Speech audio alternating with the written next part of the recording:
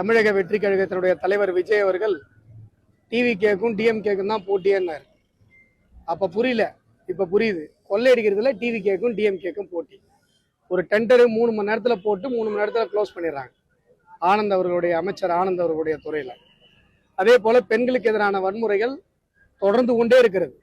அதை கண்டுகொள்ளாமல் இருப்பதுல திமுகவுக்கும் டிவிகேக்கும் போட்டி.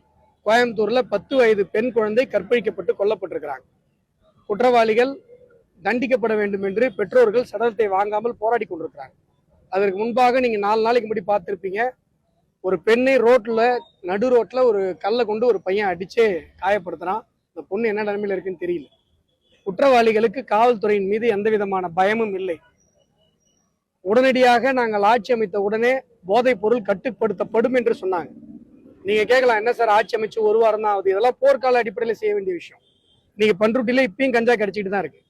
எந்த போதைப் பொருள் பரவலும் கட்டுப்படுத்தப்படவில்லை. அப்போ இந்த டிவிகேக்கும் டிஎம்கேக்கும் போட்டினா எதுல போட்டி? போதைப் பொருள் பரவலை கட்டுப்படுத்தாமல் இருக்கிறதுல போட்டி, பெண்களுக்கு எதிரான வன்முறைகளை கட்டுப்படுத்தாமல் இருக்கிறதுல போட்டி, கொள்ளையடிப்பதுல போட்டி, ஊழல் செய்வதில் போட்டி, இந்துக்களை திட்டுறதுல போட்டி. அப்படிதான் நம்ம எடுத்துக்க வேண்டியிருக்கு.